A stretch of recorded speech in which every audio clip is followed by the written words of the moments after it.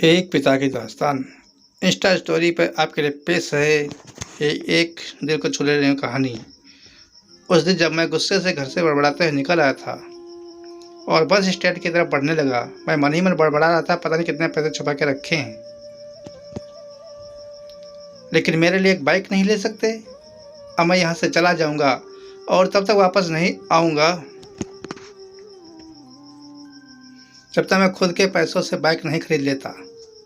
इतना सोच ही रहा था तभी मेरे पैर में मुझे कुछ चुभने का एहसास हुआ। मैंने नीचे देखा, समझ में जल्दबाजी में पापा के जूते पहन आया हूँ।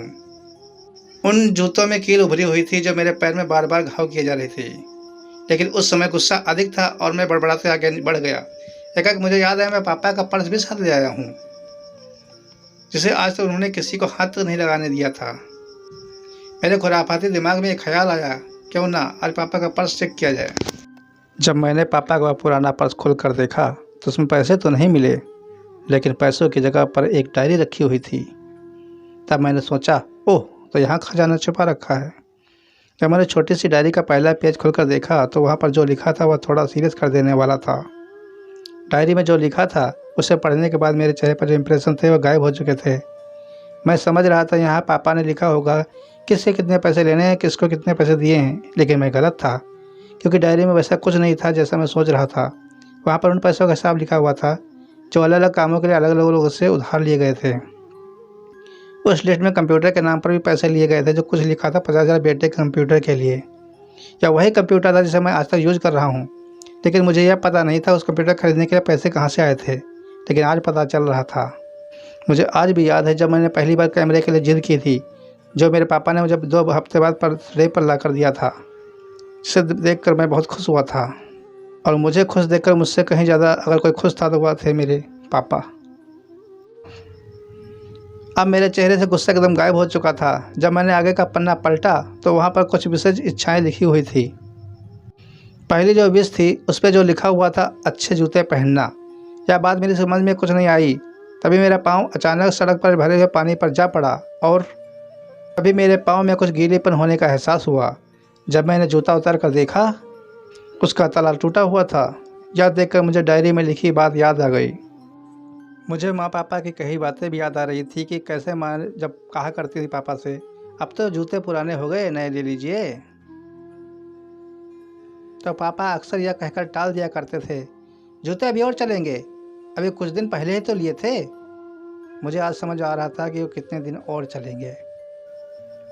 साथ ही साथ यह भी समझ आ रहा था कि पापा पर्स को क्यों छुपा कर रखते थे। तभी उस डायरी को पढ़ते हुए बस स्टैंड पर बड़ी बेंच पर आकर बैठ गया। अब उस डायरी का आखिरी पन्ना बचा हुआ था। उस पन्ने को जब मैंने पलट कर देखा तो वहाँ कल की डेट लिखी हुई थी। तारीख के नीचे लिखा हुआ था 50,000 रुपये बाइक के लिए। बस इतना पढ़ा और दिमाग सन्न रह गया। अब मेरे मन में कोई शिकवा गिला नहीं बचा था, बस मेरी आंखों से आंसू चले जा रहे थे। मुझे आज तक नहीं पता तब मैं क्यों रोए जा रहा था। अब मैं जल्दी से घर की तरफ भागा, लेकिन जूतों की वह कील पाँव में अब घाव बनाने में कामयाब हो चुकी थी। मैंने जूतों को रास्ते में ही निकाल कर फेंक दिया और भागते लड़खड़ाते हुए घर पर जा पहुंचा। लेकिन पापा घर पर नहीं थे। मैं समझ गया वो कहाँ थे। मैं सीधा पास वाली बाइक एजेंसी की तरफ भागा। पता नहीं आज कहाँ से इतनी ताकत आ गई थी कि मैं भागते हुए थक नहीं रहा था, और वो भी बिना जूतों के नंगे पैर। जैसे तैसे बाइक एजेंसी पर पहुंचा। पापा वहीं थे। मैंने पापा को दौड़कर गले लगा लिया और मेरी आंखों से आंसू रुकने का नाम नहीं ले रहे थे। पापा को समझ नहीं पा रहे थे आखिर हो क्या रहा है, मैं क्यों रो रहा हूँ। मैंने पापा से कहा, पापा मुझे मोटरसाइकिल नहीं चाहिए, आप अपने लिए जूते ले लीजिए। अब आज से मैं जो भी करूँगा अपनी मेहनत से, अपने बलबूते पर पढ़कर करूँगा। पापा ने मुस्कुराकर मुझे देखा और मैं उनके गले से लिपट गया। अब उनके लिए मेरे दिल में प्यार और सम्मान दोनों थे।